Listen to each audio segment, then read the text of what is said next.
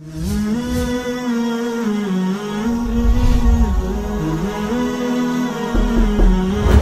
अलैकुम वरहमतुल्लाहि वबरकातुहू। पेरेंट्स का सवाल है कि व्हाट टू डू जब एक पेरेंट अपने बच्चे से बात करना चाहे और बच्चा आगे से रूडली आंसर करे या बच्चे को गुस्सा चढ़े। जब हम उससे क्वेश्चन करें, उससे पूछें, कोई भी सवाल पूछें तो आगे से एटीट्यूड शो करे, एरोगेंस शो करे और आवाज़ारी शो करे, जैसे कि उसको डिस्टर्ब किया जा रहा है और वो हमसे बात करना ही पसंद आता है। बहुत अफसोस हुआ ये सवाल सुन के, टू से द लीस्ट। और बहुत सी मदर्स आती हैं हमारे पास, क्योंकि मेरा ताल्लुक टीचिंग प्रोफेशन से है, तो बहुत सी मदर्स ये शिकायत लेकर आती हैं कि ये हम पे शाउट करता है और हमसे सीधे मुंह बात नहीं करता और हमसे इस तरह से एक्ट करता है जैसे हम इसके दुश्मन हैं, हमें अपना दुश्मन समझता है। हम इससे सब कुछ प्रोवाइड कर रहे हैं, फैसिलिटीज़ दे रहे हैं, पैसे बहुत स्पेंड कर रहे हैं इस पे, इसकी जो है ना वो ख्वाहिशात फरमाइशें बढ़ती जा रही, और जब हम ना दें तो ये शाउट करता है, चीखता है, ब्लैकमेल करता है, यहाँ तक कहता है कि मैं खुदकुशी कर लूँगा, खुदकुशी कर लूँगी। तो बड़े अफसोस की बात है कि इस वक्त हमें ये सिचुएशन देखने को मिल रही है। प्रॉफिट सल्लल्लाहु अलैहि वसल्लम ने फरमाया कि क़यामत वाले दिन अल्लाह 3 लोग की तरफ रहमत की निगाह से नहीं देखता। उनमें से एक है अल-आक़। तो सहाबा ने पूछा अल-आक़ कौन है? तो नबी सल्लल्लाहु अलैहि वसल्लम ने फरमाया अल-आक़ है माँ का नाफरमान, जो माँ से तकरार करता है, जो माँ के आगे बोलता है। Allah is the most merciful, the most gracious.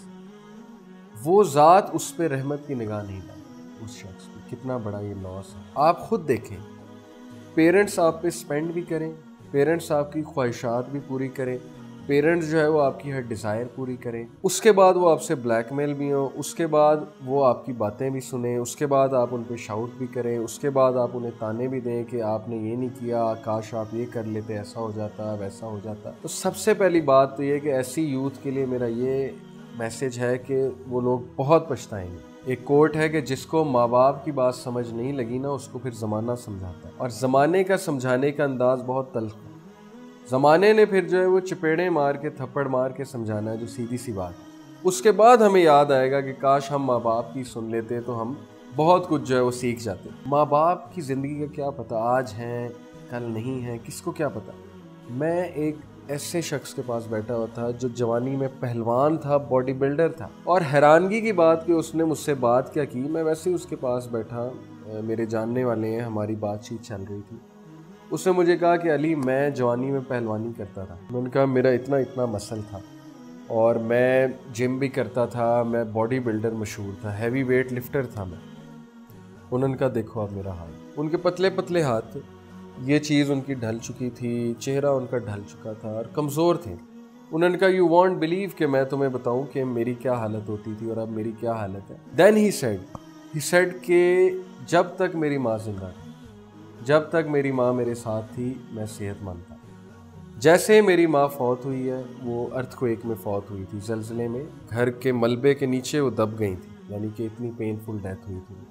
उन्होंने कहा कि जब से मेरी माँ की डेथ हुई है मेरा हाल देखिए, यानी कि मेरे हाथ जो है पतले पतले हो गए, मैं रह गया हूँ। तो उन्होंने कहा कि एक बात याद रखो, माँ है तो सब कुछ, माँ से हर चीज़ एसोसिएटेड है।